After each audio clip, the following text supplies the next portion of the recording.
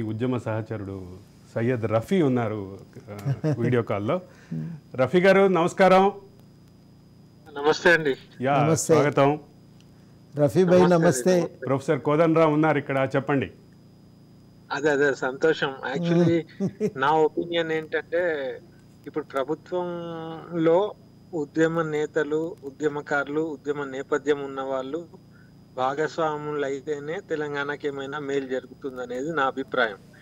కోదండరాం లాంటి నాయకుడు, ఆయనతో పాటు వివిధ రంగాల్లో చేసిన వాళ్ళు కూడా ప్రభుత్వంలో మమేకమై ఏ విధానపరమైన నిర్ణయాలు తీసుకున్నా కూడా కోదండరాం లాంటి ఉద్యమ నేత అనుసంధానంలో ఏదైనా పాలసీలు అవి ఇవి తయారు చేసే దాంట్లో కూడా ఆయనను ఇన్వాల్వ్ చేసి ఏదైనా రూపకల్పన జరిగితే తెలంగాణకు మంచి భవిష్యత్తు ఉంటుందనేది నా అభిప్రాయము.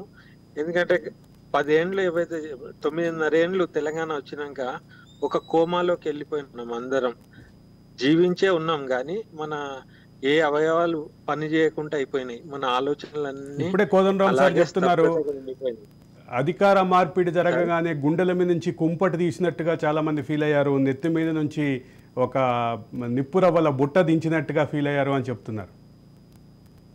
అనుసంధానకర్త అక్కర్లేదండి, ఎందుకంటే ఆయన ఆల్రెడీ అనుసంధానకర్తగానే నిర్వహిస్తున్నారు ఇన్ని రోజులు. ఇప్పుడు కూడా ఆయన అనుసంధానకర్తనే. ఇప్పుడు నేను ఒక సినిమా తీసిన, సీఎం గారికి ప్రివ్యూ చూపిద్దాం అనుకుంటున్నా, దానికి కూడా ఆయనే మాకు అనుసంధానకర్త. ఇప్పుడు మాలాంటి పౌర సమాజం వాళ్ళు ఏది చెప్పుకోవాలన్నా, ఏ పాలసీ ఉండాలన్నా కోదండరాం గారు అంటే ఇంటి పెద్ద మనిషిలాగా ఉంటది. కాబట్టి ఆయన దగ్గర పోయి మేము ఏమైనా చెప్పుకోగలుగుతాం. చెప్పుకోగలిగినప్పుడు ఆ రూపకల్పన జరిగేటప్పుడు కూడా మా ఇన్పుట్స్ ఆయన ఈజీగా తీసుకోగలుగుతాడు. ఆయనకు కూడా సుదీర్ఘమైన ప్రయాణంలో ప్రతి రంగంలో ఆయనకు అనుభవం ఉంది. ఎన్నో అధ్యయనాలు చేశారు.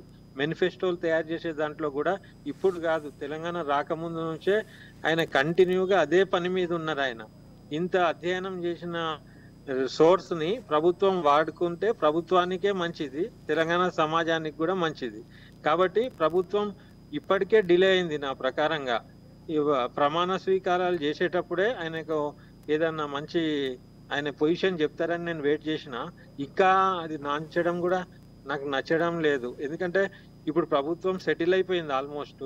ఇప్పుడు ఆయనను కూడా ఒక మంచి పొజిషన్ ఇచ్చి ఒక మంచి పాలసీ మేకర్ కాబట్టి గవర్నమెంట్ లో ఏ పాలసీ క్రియేట్ అయినా కూడా, ఏ స్టెప్ తీసుకోవాలైనా కూడా ఆయనకు ఒక కమిటీలో పెద్ద మనిషి పెట్టి ఆయనకు ఒక మంచి పొజిషన్ ఇచ్చి ఆయన జీవితం అంతా పోరాటాల్లోనే గడిపారు. అయితే పోరాటం చేయడమే లక్ష్యం ఉండొద్దు కదా. ఇప్పుడు తెలంగాణ నిర్మాణానికి కేసీఆరే యూజ్ చేసుకోకుండా కుప్పగూలిపోయిండు. ఇప్పుడు అదొక గుణపాఠం. అదే కేసీఆర్ తెలంగాణ వాదులను, తెలంగాణ ఉద్యమంలో తోడైన వాళ్ళని ఎంబడి పెట్టుకొని ఉంటే ఆయనకి గతి పట్టేది కాదు. కాబట్టి నా సూచన ఏంటంటే, ఇప్పటికే తెలంగాణ సమాజానికి టైం వేస్ట్ అయిపోయింది. ఇప్పుడు తెలంగాణ ఉద్యమకారులను కలుపుకొని వాళ్ళు ఏదైనా చేయాలి. తెలంగాణ వాదులను తోడు ఉంచుకుంటేనే తెలంగాణ ప్రజలు కూడా సంతోషపడతారు, అందరికీ న్యాయం జరుగుతుంది అనేది నా అభిప్రాయం. యా రఫీ గారు, ఒక్క నిమిషం రఫీ గారు. యా, మీరు అంటే ఒక విధానపరమైనటువంటి నిర్ణయాలు తీసుకునే స్థాయిలో ఉండాలి అనేది రఫీ గారి ఆకాంక్ష.